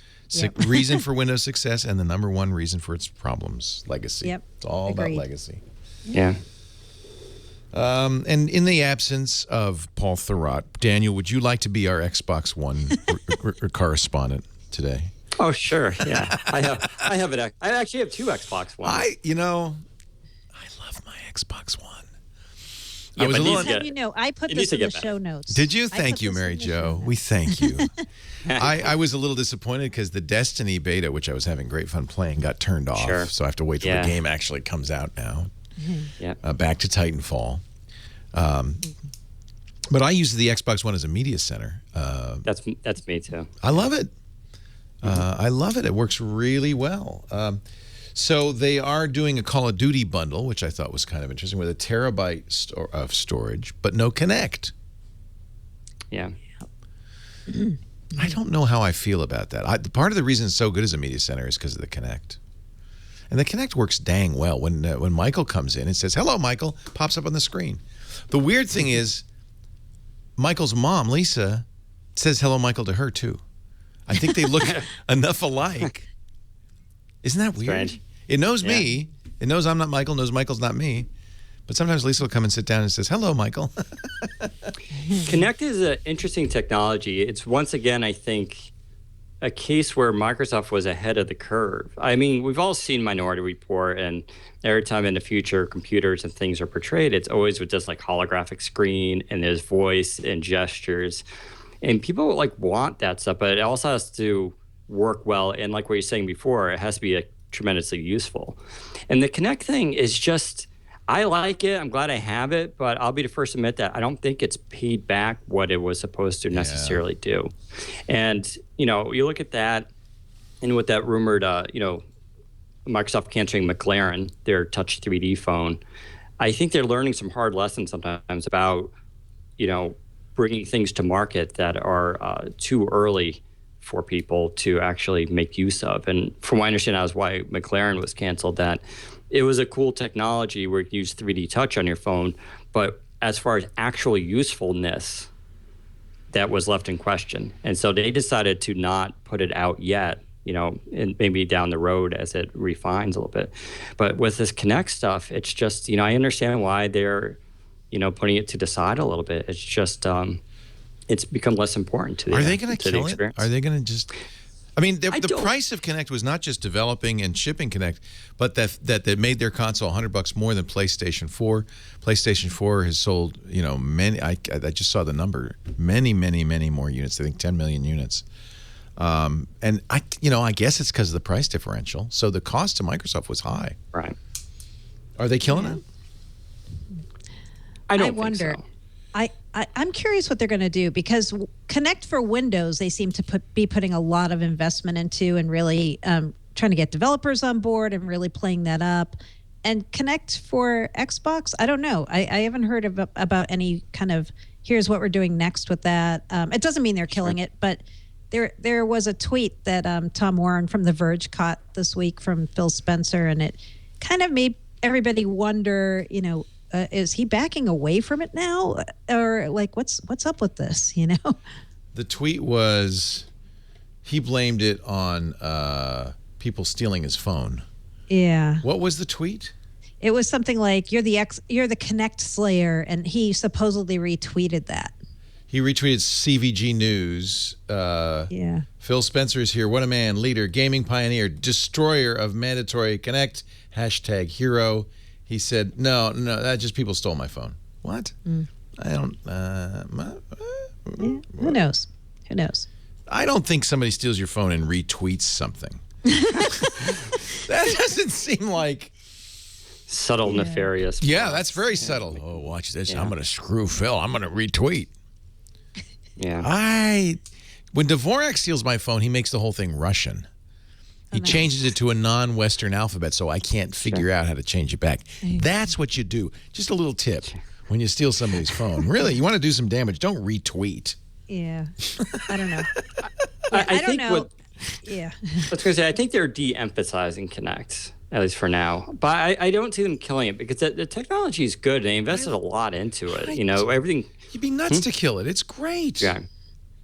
I just think they're putting it a little bit more to the side and de-emphasizing it until things get better as far as either development tools or, because this issue about how do you really integrate it into a game and make it convincing. I work out with my girlfriend, Jillian Michaels, every morning. Yeah, I was going to say the exercise stuff really is It actually good. works. It measures your heart rate. I mean, it knows whether you're working or not. It's incredible. But trying to convince Americans to exercise. Oh, I just sit on my couch and watch her. Yeah, just a little. My heart rate still goes up, so yeah, it works. So this is these are the new the Connectless bundles that'll be out for the holidays. The Sentinel Task Force Call of Duty version with 1 terabyte of storage, and then there's going to be a white one, right? Yeah, the white one's pretty cool. Pretty. I like that. That looks like a stormtrooper white. Right. With a white controller too. But will this I'm more have excited. Connect? Oh, I don't think so. Right. Nope, no Connect on that one. No Connect, bundled with Sunset Overdrive. Nope. That's a fun game. Is it? I don't know it. Yeah, I played it at E3. It was driving games. Sounds like driving. No, it's a it's a I don't know how I'm bad at describing video games. It's like a third person sort of Tomb Raider, but it has it's in this post-apocalyptic future where some energy drink that people drink turns them into mutants, and so it has a. When will a video game not be in a post-apocalyptic future? Yeah, that's sure. what I want to know. But it has a great sense of humor. The graphics are phenomenal, and it sort of breaks the fourth wall sometimes. It's very much aware that it's its own it's a video game, and yeah, it's got a bunch of co-op modes and a bunch of. I think it's going to be a bigger hit than Titanfall will be. So we'll have to see. Titanfall's a little bit of a disappointment, to be honest. Yeah, I agree. This looks fun. I like something with the tongue in cheek. I like Watch Dogs. That's a lot of fun. You play that? I haven't played that, but yeah, I've heard some decent things about it. I actually like the indie games. Hey, there's selfies in Sunset Overdrive. Yeah, awesome. Yeah, indie games are very interesting. And oh, wait a minute, this is an ad for a soda pop. Oh, that's what they drink. No. Oh dear, he's spewing Orange Crush. Was this based on a comic? No, it's it actually reminds me very much of Borderlands, the same sort of graphic style that they're doing. I can't wait. This looks great. Mary Jo's going, what is wrong with you people? Yeah, what's wrong with you? Why would you want to play this game? You know what my favorite game was? I loved Abe's Odyssey and all the Oddworld games. They had a sense of humor. This reminds me a little of that. Yeah, it's got some really great stuff in it. I think it's going to be, I don't know, it's one of the few games I'm really looking forward to. Yeah. They announced a ton of games though this week, right? Did they for Xbox? Oh yeah, there was finally pile. Yeah, I don't think I could play Rise or Assassin's Creed much longer anymore. Have you tried Guacamelee? I saw Guacamelee. Really? Oh, really? It's phenomenal. Okay, yes. I'll try it.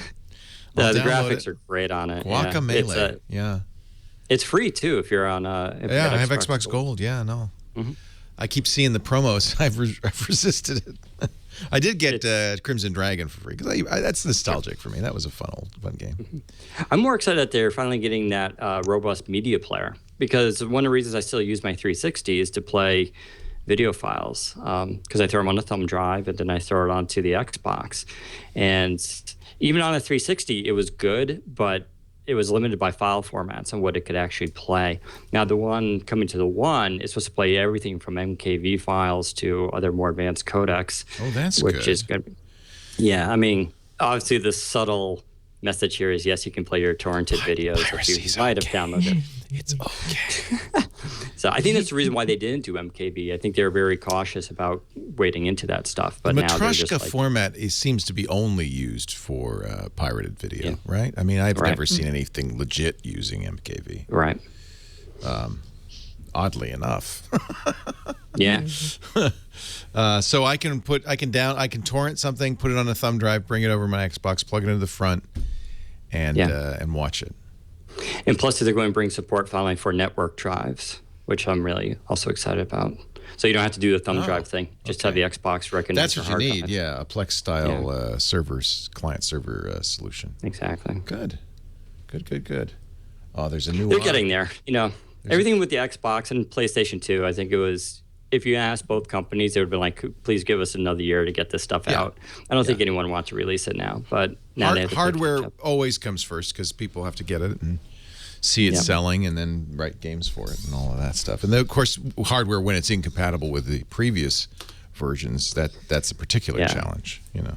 Sure. Sorry, Mary Jo. Nope, it's all good. Sorry, Mary Jo. It's all good. Sorry, Mary I knew we Jo. had to do some Connect after all the news this week and some Xbox. That's good. So. This would be a good time if you are in the chat room and you have a question. Just precede it with my name, Leo, and I'll see it, and we can get your questions for Daniel Rubino and Mary Jo Foley about Windows Phone, Windows, Hadoop, anything you're interested in. Will Xbox One, RevX asks, support network-attached storage over the network? How is that going to work? Yes. And that'll be in the August update, or no, it's coming? No, I think it's coming. But I think by the end of the year, that's supposed to come. Yeah. Good. We remember the Fortaleza glasses. Right. Geek Umre asks, where is Microsoft's wearable solution? Good question. I mean, I don't have any details on that. Mary Jo might, but I wouldn't be surprised if that was axed with everything else. Yeah. I know. I mean, I think the first wearable will be that rumored Microsoft Fitbit type thing that supposedly is this fall. That would be my guess. And aren't they doing watches again? Or that might be the watch. That's the watch. Okay. It might be, or might not. We don't know. There might be a watch plus that, but that seems to be the new latest rumor as to what the watch is. You have an icon. Is that what you're using, Mary Jo, right now? It is. Yep. Kid Clayton says, should I get the icon on Verizon, or should I get this next Verizon phone that they might announce next week? I would get the M8 if you can. Right? I would wait and see. So that you can compare. I'll tell you one of the biggest differences, because I have the M8 with Android on it, is this 4-megapixel camera. Yeah. The icon has a better camera. Yeah, I think the icon's going to have a better camera. Oh, yeah, icon has a great camera. Yeah. It really depends what your priorities are. If you do a lot of photos, I know the icon will still be better. That's not to say the M8 won't do. I get great images. I get great images on my M8, but I think the M8 is good enough, and I don't mean that as a slight either. I mean, I think for most people who care about taking images, I think the M8 would be fine. But if you want the best, you're going to want an icon. And same thing with if you do video, right? Video recording on the icon is going to be way better, especially get the optical image stabilization. And once it gets cyan, you can do the Dolby Digital audio recording. And so for recording and making content, I would say the icon is better. But for if you consume content, the M8 might be better, because the M8, you're going to get 32 gigs of storage, micro SD expansion, which is pretty huge. You also get the boom sound. I think the sound is better on the M8 than anything Sure. that's out there right now. It's just spectacular. Plus, I mean, I would think the M8's going to be thinner. The Icon, it's not huge, but it's hefty. It's still kind of heavy. It's square. Yeah, it's a very square, blocky device, and because of that, it I don't think it feels as ergonomic as the M8 does, which has, I wish Nokia didn't get rid of the curved feeling of say the 920. And so the M8 has that. So when you hold it in your hand, although the M8 can be slippery too. But I will say the M8 is kind of heavy. So Mary Jo, it's heavy and it's kind of long because of those side speakers. It is. And they still that stupid power button on top, which... Oh, they do? Well, you get used to that. You get used to it. Yeah, but I agree. You have small hands. It's just the wrong spot. I have a problem with the standard placement of the Windows Phone power button as it is on the 1520, because I'm a lefty. So I hold the phone and my middle finger's always hitting the power button because of where it is. Gotcha. So I don't know if there's a right answer for power button positioning. Are you, Chemalinsky wants to know, are you happy about the Microsoft Store that is rumored to be coming to Fifth Avenue, Mary Jo Foley? Yes. Oh, man, I hope this is true. Wouldn't that It'd be so awesome. It would be right near, I could walk to it from my house if it's where they're saying. It's just a couple of blocks. The rumor is from the Apple Fifth Avenue, the iconic Apple Fifth Avenue store, and I think that makes sense. It does. That's all. Stand up. Yeah, they want a good spot for their first flagship store in Manhattan, right? Yeah. Which is why it's taken so long. Real estate in Manhattan is not something easy to come by, especially in the prime areas. You basically have to wait for some borderline famous place to go under and snatch it up. So I assume that they were just been waiting for that right location, And yeah, because every Microsoft store right now is next to an Apple store. Even up here, I moved up to Massachusetts in Natick. There's the Apple store, there's a store in between, and then there's a Microsoft store. Funny? It's great. Yeah. Our local mall, it's right across the hall. It's right there. Yeah. You look left, you'll see the Microsoft store. Look right, see the Apple store. And I love the Microsoft stores. I go to them all the time. They They're look so phenomenal similar. service. Yeah. Yeah. Any more UI leaks on Threshold, asks Web8721. We saw nothing some. beyond. Yeah. We know. Here's what we know: mini start menu, the windowed apps, the windowed Metro style apps on the desktop, the virtual desktops, and probable elimination of the charms panel. Yeah. Those are all what we know, plus the Cortana. Those are the main leaks that we've heard so far. Right. Are you having battery life issues with your icon, Mary Jo? There's a couple of people are asking about that. No, I am not. I get pretty good battery life with my icon. Yeah. Yeah. So that's a problem, a hardware problem with your phone, my friend. Although Twitter does really eat battery on these phones. I think all social media has to be turned off. Don't have it be pull, not push. Because if it's going out and checking, Facebook's a killer too, where it just goes out and checks the news feed all the time. You won't have any phone left. Yeah. Kanice wants to know if the Lumia 620 will get to use equalizer over speakers and get the updated display slider with cyan. Probably not for the equalizer. So this is a fascinating thing that I've had a lot of complaints on. So the higher end Lumias get a graphic equalizer, which is good for the speaker and for headphones. It doesn't work over Bluetooth. And with cyan, it actually enables it over the speaker. Previously, the equalizer only worked if you plugged in headphones to it. Now it works just through the normal phone speaker, which also sort of begs the question about actually how good that really is, since it's still a mono phone speaker. But it's an interesting thing. But what I always hear is like people with the Lumia 520 are complaining that they don't have a graphic equalizer. And so, at least with the 620, I don't remember actually if the 620 has a graphic equalizer. If it does, and it gets cyan, which it will, then it'll get it over the speaker. Couple more here. Mike Halsey says, hi, Mary Jo. And hi, he says also for the games coming up this fall, he likes Elite Dangerous. He says, don't overlook that. I don't know anything about that. Yeah, neither do I. Tucson Food Guy asks if the Xbox One will support the Xbox 360 Connect if you buy the connectless Xbox One. And I think the answer to that one's no. No.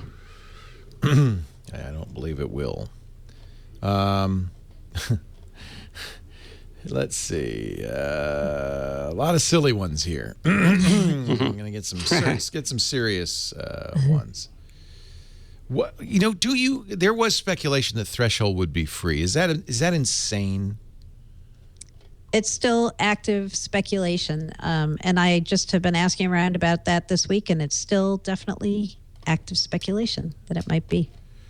Isn't the business of Microsoft selling software still kind of? Kind of, but you know what? These days, I think they're looking at it more that we're going to make more money in the long run if we can get people on our cloud services and our app software like, OneNote, Office 365, Skype, OneDrive. Those are kind of the things they're more interested in potentially earning money from at some point. And I think they're looking at an OS as kind of like, it would be great to be able to have the old days where we could really charge people like over $100 a copy to preload it on their hardware, but we can't. Yeah. Yeah. Balmer's Ghost asks, what's going on with Midori? Oh, man. Guess what? I've been asking around about this too. So Midori is this operating system that... Wow. Daniel, somebody's breaking into your car. Go ahead, Mary Jo. Midori is the operating system that an incubation team has been building inside of Microsoft for a number of years that's built on a microkernel. It's not Windows. It's not Windows-based at all. And I asked around fairly recently about this, and that project is still continuing. It's not dead. It hasn't been killed. And there's still a group of people building Midori, and we don't know really when that's going to come out commercially, if ever, or what they're going to use that for. We still don't know. There's one for Daniel. Will there be on the Windows Phone version of the HTC One, will they put Blink Feed on it? That's something that's on the Android version. It's a safe assumption. I don't know why anybody would want it, but okay. Some people really like it. What is it? It's like What is that? Flipboard, but it's dead. It's part of their launcher on Android, so it's kind of integrated in. Actually, speaking of that, what about Flipboard on the Windows Phone? Oh, yeah, I have no idea where that is, right? No. Yeah, it's a good question. I'll have to dig around. Don't know. That's okay. You don't have to know. Web9868 says, my workplace is moving from BlackBerry to Windows Phone over the next 2 years. Do you guys know if Outlook... Uh-oh, and it scrolled up while I was reading it. Darn it. Outlook Notes, I think, is fully functional, including editing on the Exchange Mail app. That's a pretty specific one. Don't know? Don't know. No idea. Yeah, are they going to... Marsworm and others want to know if they're ever going to sell the Xbox One Connect separately, so you could buy this Xbox One without it, but later upgrade it. Presumably they're going to do that, right, Daniel? I mean... I don't see why they wouldn't, but it's probably an issue right now of... it's probably not a huge market for that at this point. Yeah. They're trying to de-emphasize the Kinect, so I don't think it's something that a lot of people are going to want right away. But I imagine at some point when they come back to Kinect and want to push it again, that will become more relevant. Obviously, I don't want to say trivial thing for them to do, but obviously it's not too hard either. I presume it's too early to know, but will Windows Media Center be included in Threshold? It wasn't included in 8, right? But you could download it later. I'd be surprised. It'd be shocking if they put it back in. It would. Look, you got a menu button. Let's not push it, okay? Yeah. But they may continue to offer it as a download. Maybe. Yeah, I haven't heard anything on that. I think Microsoft wants to stop that, and will do so as soon as they can.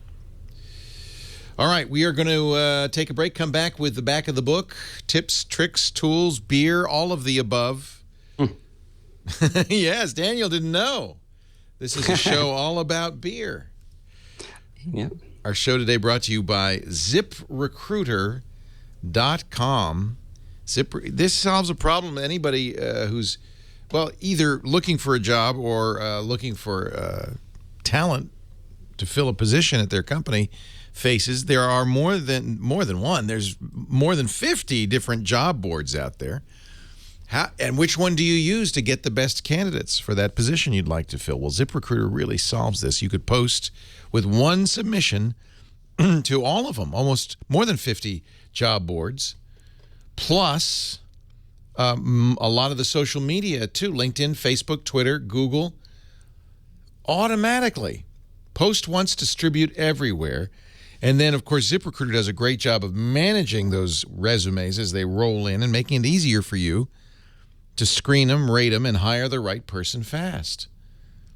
They've got a mobile platform, so mobile job seekers can respond quickly. You can view and share formatted resumes with colleagues. It makes it easier to find the superstars. Screen the candidates the easy way with real-world questions. Multiple choice, yes or no, free form, your choice. Customize your branding so it looks like your company's job pages. You can even create an instant job page on your site. ZipRecruiter is a great solution. If you're hiring, you absolutely need to check it out. And we've made it easy. If you go to ZipRecruiter.com/Windows, you could try it free for 4 days. Get an idea of exactly what ZipRecruiter can do for you. Of course, they have a 100% satisfaction guarantee and premium support from real people. ZipRecruiter.com/Windows. 250,000 businesses use ZipRecruiter, including us. We've been very happy. Don't worry about juggling emails and calls to your office. If you're an overtaxed HR person, and who isn't, you can do this so much faster with ZipRecruiter. ZipRecruiter.com/Windows. We thank them so much for their support of Windows Weekly. Try it free right now. ZipRecruiter.com/Windows. Paul Thurrott has the week off. He's traipsing around Spain. Lucky guy. But we're lucky, too, because Daniel Rubino from Windows Phone Central is here to take his place, to fill in. But we won't... I guess we could do it. He won't do the tip, but we'll have him do some software. How about that? We'll let Mary Jo I actually have a do tip our if you tip. guys want. Yeah, we'd Sure. love that. Yeah. So this is a tip some people may know, but I think it's worth repeating because I know there are a number of people who don't. If you go to MicrosoftVirtualAcademy.com, there is a ton of IT training on that site for free. All you have to do is give them your Microsoft ID and sign up in with that. And you can look up courses by products or topics. It ranges from everything like SQL Server, System Center, Dynamics, to how to write universal apps, hybrid cloud, C#, XAML. Everything is on here, and they're always adding new content. I had somebody ask me the other day if we ever talked about it on Windows Weekly, and I said, you know what? It wouldn't be bad to remind people this is out there and it's free. And there's just like a lot of really great stuff, not just for students, for anybody who wants to learn something new for their career or whatever. It's just right out there, and you can just go in there and download it and check it out. This is phenomenal. Yeah. It is, right? Most of them are video courses, but they do have live events and webinars. Mm-hmm. Wow, that's great. It's I know. Pretty cool. MicrosoftVirtualAcademy.com. And it's free. It's free. Look, I've Can't just beat by that. watching the first few seconds, I've 7% complete on MDOT. Look at that. I'm Look an at MDOT that. expert. Hey, that's a good tip. Thank you, Mary Jo. You're welcome. We're going to let Daniel give us a app of the week. So the big news for at least today and actually this week, because it's been kind of slow, is Swarm is finally available for Windows Phone, which is good. Yeah. So this was announced, I believe, back in May, as coming for iOS and Android, and Windows Phone was going to be on its way, and now it's here. And for those who aren't familiar, Swarm is the new service from Foursquare as they continue their trek of trying to discover how to make money off of the internet. But So, Swarm is Foursquare still available on Windows Phone and was available Yes. before? But this is what they did everywhere else. They separated the apps. yeah. Swarm is the check-in part.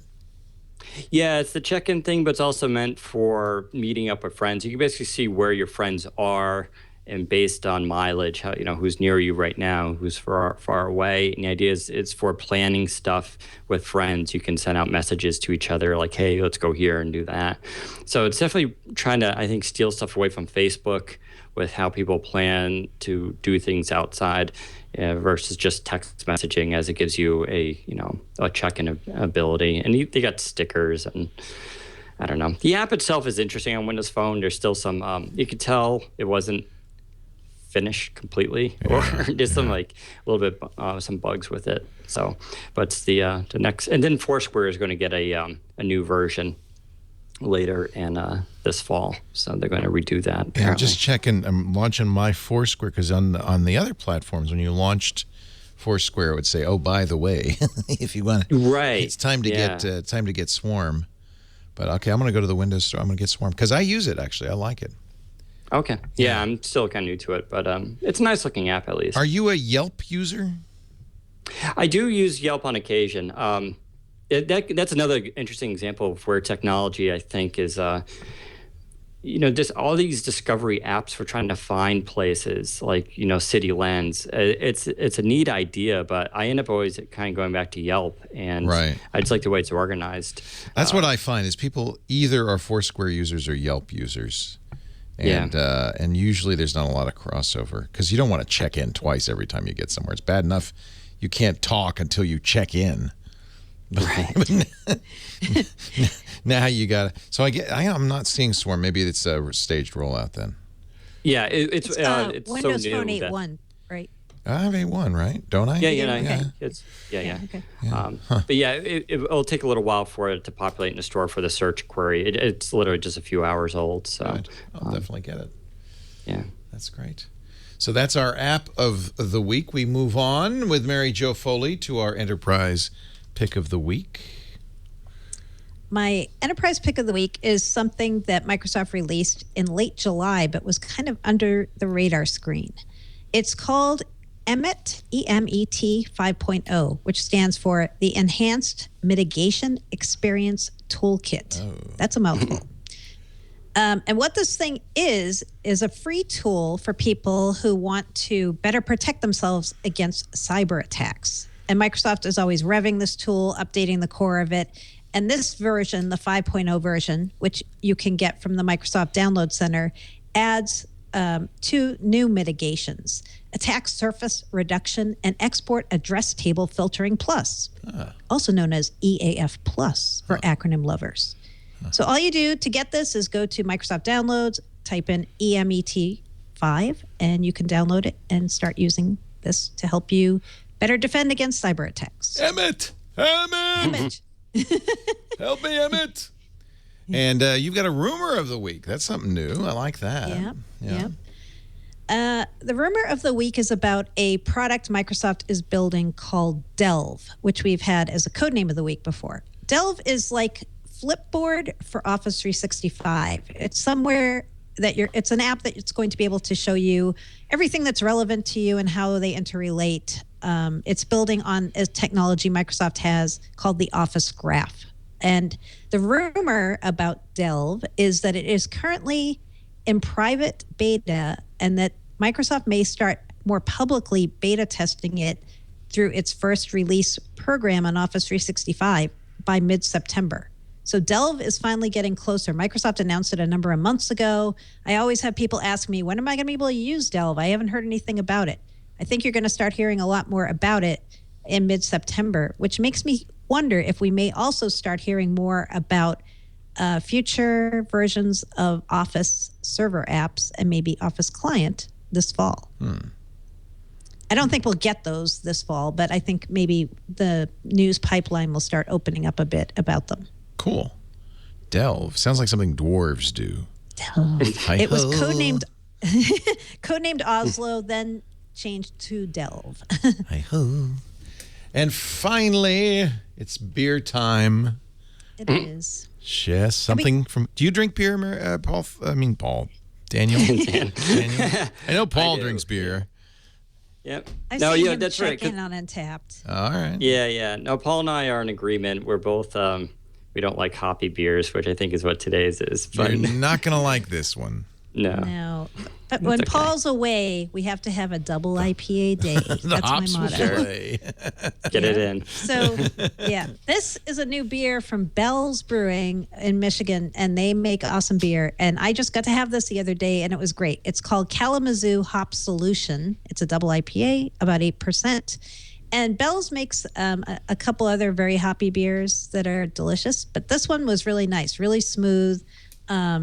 I really liked it. I thought it was very well balanced in spite of being very hoppy. Excellent. So it's around. You might see it in your stores, your Whole Foods or beer store of choice, or perhaps on tap. Kalamazoo Hop Solution from Bell's Brewery. I have my work cut out for me tonight. I'm taking, I'm going to go to WPCentral.com and take the step-by-step to get my phone to cyan. Damn it. Good luck. It's easy, but just make sure you do a backup, Well, now I have backup checked, so I don't have to do a separate one, right? Well, it does back up automatically, but you can actually force it to back up like right now. I should do that just in case. Yeah. Exactly. Yeah. Because it says checked and it says they're all backed up. So, but anyway. Yeah. So this will give you the very last one. You want to go to settings.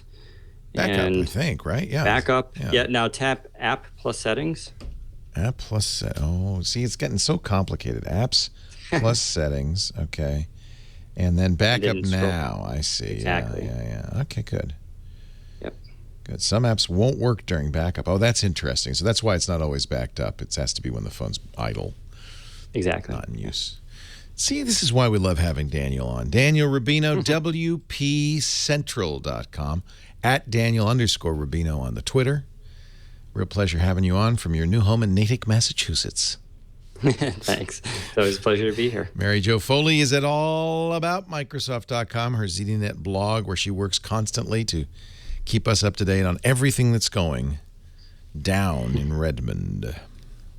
Thanks to both of you for being here. Paul Thurrott will be back next week from his all refreshed walkabout, all refreshed. Yeah, did you see he was in Morocco? Oh, I didn't know that. Wow. Yeah. Well, remember he wanted to go to Africa so that he could check the continent off? I guess he got his continent. Yep. That's awesome. Good for him. Yeah. So we do this show on Wednesdays, 11 a.m. Pacific, 2 p.m. Eastern Time. That's 1800 UTC at twit.tv or live.twit.tv. That's the easiest way to just go straight to the live view. You can also download it after the fact, on-demand audio and video at twit.tv/WW or on any of the many in various ways, the podcast app on Windows Phone, et cetera, et cetera, et cetera. If you subscribe, you'll get it every week. You won't miss an episode, and I don't think you want to. Thank you, Paul. I keep calling you Paul. It's force of habit. That's all right. You know, we've been doing this show for like 8 years. Sure. Yeah, Yeah, it's hard yeah. to break that habit. Yeah. Thank you, Daniel. Thank you, Mary Jo. Thank you all for joining us. We'll see you next time on Windows Weekly.